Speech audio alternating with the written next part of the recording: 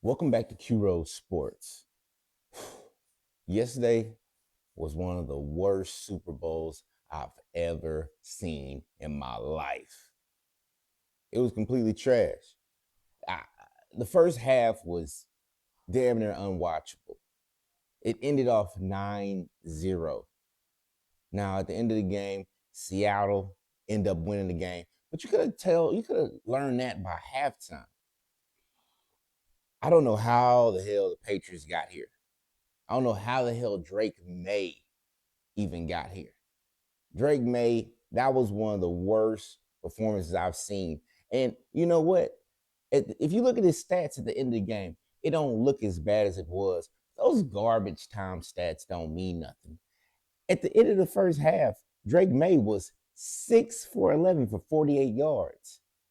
I don't know what the hell that offensive line was doing. I don't know what the hell Drake May was doing, but he got sacked 6 times.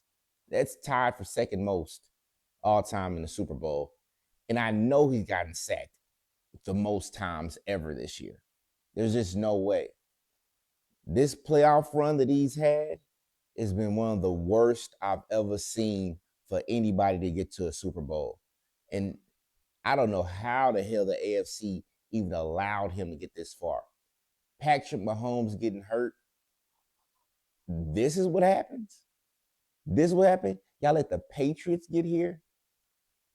This should be an indictment to all the players that were trying to catch Patrick Mahomes, to Lamar Jacksons, the Josh Allens, or whatever. Y'all let Drake May get here and basically just bullshit. I'm I'm just flabbergasted. That whole offense was just unwatchable in that first half. I mean, Drake May led the team in rushing with 37 yards. You can't have that. On the other side of the ball, though, Seattle, you did enough. Sam Darnold wasn't spectacular in any form or fashion of the word. But that Kenneth Walker guy, I've been saying it since the end of the season. That guy right there, he looks amazing.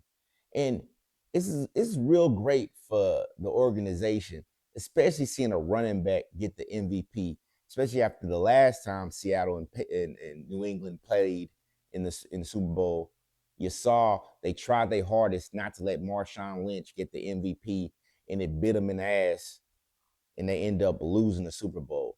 To see a running back, especially a Seattle running back, get the MVP is just desserts.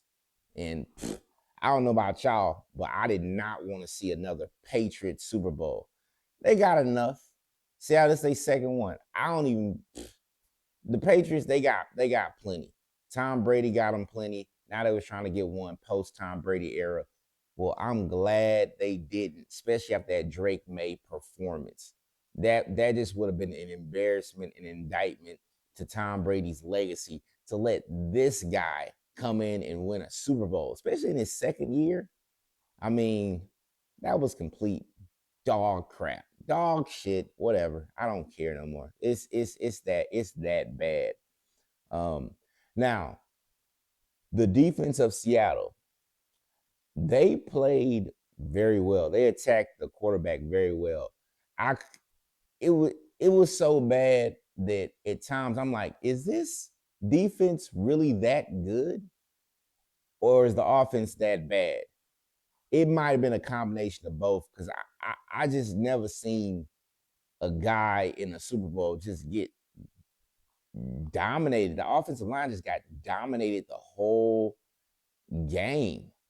They and Drake May, I don't know what that was, but that's not pocket awareness. That you can't escape at all. I had people leaving my people leaving my house damn near 30 minutes early, some an hour early, because they already know what the result of the game was going to be. You could see the writing on the wall from the time it was 6-0. It was like, yo, Patriots look terrible, unwatchable. I just I'm just not a fan of what I just saw. Okay. Again, big kudos to Kenneth Walker. He got the MVP. I mean, 135 yards on 27 attempts.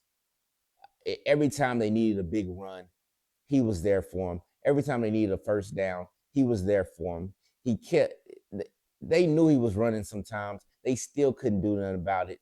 He kept the defense on their toes. He's a nightmare to be able to tackle one on one. He's strong and he's still shifty at the same time. I mean, he got all his attributes that he need on that side of the ball. His hands are a little iffy, but he's a running back. So what are you gonna do? I'd rather my running back be able to be elusive and get rid of and shed the first defender than him be able to catch passes. If you're gonna have a deficiency, I'm glad that his deficiency is just catching the ball at times and has nothing to do with what got him here and what got him to be the MVP of the Super Bowl. Okay. Cooper Kupp, he had 61 yards. He led the team. JSN had 27 yards on four catches. I, Kenneth Walker, man, y'all better thank that guy, man, because I don't know what the hell this is, man. JSN 27 yards.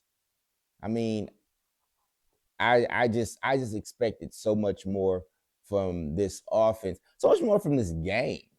Okay, I didn't want it to be at the end of the game. It did not reflect what the game really was. Okay, it was 9-0 at halftime. That's really what the game was. There was some scores, but for the most part, it was a blowout and it was unwatchable. Um, I mean, God dang, I ain't never seen the Super Bowl. It was super lopsided. There was no chance for New England to get in this game. All right. Now there's one big issue that people were having. I mean, probably not the world, but we're gonna talk about the halftime show. I'm not gonna lie. The halftime show, even though I did not know any of the songs, even though I did not know, shoot, I didn't know what Bad Bunny looked like. That halftime show looked lit. They brought everybody there. I know they said Ice was gonna be there, but I don't know if that was a joke or whatever. But he Bad Bunny said he didn't care because he brought out all the Spanish people on that field there. They had a goddamn bodega sitting in the middle of the field during halftime. That's that's crazy. The type of showmanship that performance was just amazing. I'm not going to go and listen to any of the songs. By the way, I don't care about none of that.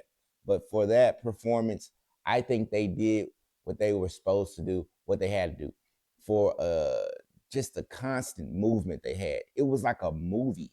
Okay, they're in a cornfield with crops around.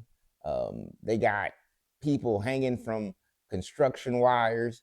They got people dancing, machata, and all type of stuff. There was some fine ass women just dancing, looking good. I mean, as far as a halftime performance goes, that's what you need. I would prefer it be some character that I know, that I understand. Even if I don't know the artist, I can understand the words, but NFL is trying to go global. So this was a great move for the NFL. And for whatever Bad Bunny or whatever is, I think he did a wonderful job of representing the Spanish community in this performance. If I know if you're Spanish, you had to be proud of the moment. And if you're a Bad Bunny fan, I know this did not disappoint you. Um, Now, if we were comparing it to other Super Bowls, I wouldn't know where it ranks. I know as far as the game goes, this game stunk. As far as the halftime Super Bowl goes, I think I think it did pretty well, comparative to other Super Bowls that I've seen. I've seen Super Bowls where it just was nowhere near this amount of theatrics. Um, Now, if you did this look better than the Kendrick Lamar Super Bowl? I think it looked better aesthetically. I think they both were products of the culture and what was going on right then. I think Kendrick Lamar Super Bowl was more so about you know black unity and fighting the powers that be, and shoot, I think Bad Bunny had a lot about that, about Spanish unity and fighting the powers that be, especially with ICE doing the things that it's doing right now. I mean, he came out and he represented, and the people that was on that field dancing, I ain't gonna lie, it made me want to get up and dance to some goddamn Spanish music. Okay, so shouts out to the people who directed this Super Bowl. I think for all of us, me included, that was very skeptical of what was going to happen during halftime. The theatrics made it work, made it watchable. Because if he just would have went out there and just performed without it being all these different, bodega theatrics, all different people dancing, the big displays and whatever, I I wouldn't have got it at all. But they made a movie out of it. So can't argue with it. I get it. Bad Bunny, he's a superstar, megastar. Like dang near, I mean, he probably Drake level. I mean, they said he had like a 19 billion streams just last year. I mean, I ain't never heard nobody listen to him over here. But when I travel, go to Colombia and things like that, they play Bad Bunny. That's what they do. So shout out Bad Bunny, man. Keep doing your thing. Um, and if you ever feel like making some uh, English American music, I'll give you a listen just because of what y'all did at the halftime. Give us at least one track, just one. I would appreciate it. All right. Now, I don't get into basketball too much because yesterday was Super Bowl Sunday. But there's one thing I think we need to take note of, we need to pay attention to, okay? And that's the Los Angeles Clippers, man. They got rid of two of their three best players. Matter of fact, in the last year, three of their best four players. Okay, the Clippers got rid of Norman Powell last year, who's been amazing at shooting the ball. He was shooting the ball great over there. They got rid of Zubac, which I'm a, I've always been a big fan of Zubac. He's one of the more dominant I ain't gonna say dominant, but he's one of the good centers in the league. And it's not too many good centers, especially on the offensive side of the ball anymore. They just don't make them like they used to. And they got rid of James Harden. So I think a lot of this has to do with the scandal of paying Kawhi Leonard. And Kawhi Leonard now, I see him. I don't know what they're gonna do with him because he took that money in order to go to the Clippers. Okay, I have no idea. You you can't suspend the team. I don't think you could do that. Take away. I don't know, draft capital or something like that. I don't know what they could do that would be fair against the Los Angeles Clippers organization. I mean, only thing I think you can do in reality is fine the owner. And how many millions gonna fine a billionaire? He don't care. His object was to win games. I mess with him. He used his power, whatever. Like I said before, the old Patriots way, if you ain't cheating, you ain't trying. Now, Kawhi Leonard is another story. You could punish him. You could suspend him for uh, whatever, whatever amount of games. You could suspend him. So the reason why I'm saying look at it is because last night Kawhi looked great.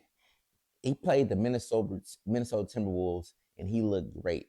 Kawhi had 41 points, 4 steals, outdueled Anthony Edwards, who had 23 points and 5 turnovers. I mean, is this the beginning of Kawhi going off the same way that Kobe was going off when he had those allegations? Kobe was playing for his life. He knows if he's amazing, that sentence gonna be less. I think that Kawhi's in that same type of mentality, and I think he has to stay in it. Kawhi, if you play amazing, it's gonna change what this thing looks like. Okay, that's just, I know it sucks. That it sucks. But that's just the way it is. So right now, hopefully, this is the beginning of seeing a lot of Kawhi, not just basketball, but Kawhi going off and leading this team to, I don't know what. I don't know what the Clippers are capable of, but Kawhi is capable of doing things like this individually every single night he suits up. Can he stay healthy enough to be good enough to be able to fight the allegations? I don't know. You might have to put up 81 like Kobe did. All right. It's been another episode. Q Roll Sports. Peace.